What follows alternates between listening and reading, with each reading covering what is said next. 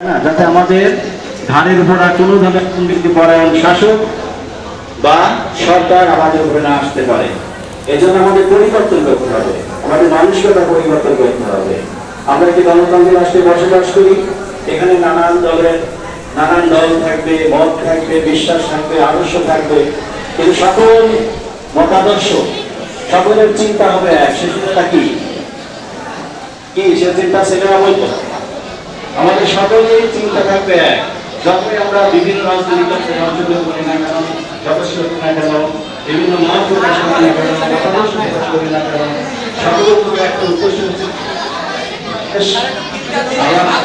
দেশকে ভালো রাখতে হবে, তাই না? দেশের উন্নয়ন করতে হবে। আমরা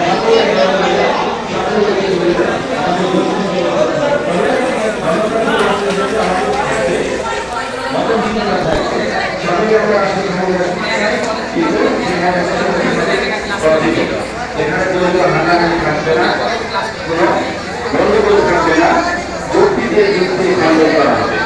যেটা আমরা 24 পরবর্তী বাংলাদেশের ভিতরে যেন দেখতে পাচ্ছি। এটা একটা আলোর কি আমাদেরকে দেখা দিয়েছে, যার অন্যান্য প্রতিষ্ঠিত উদাহরণ হচ্ছে সম্প্রতি বিভিন্ন বিশ্ববিদ্যালয়ে যে সংসদ নির্বাচন হচ্ছে, তাই না?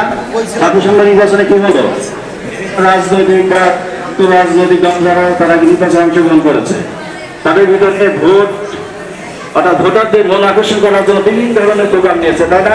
একে অপরের ভিতরে বিভিন্ন ধরনের দুর্নাম বলেছে, তাই না?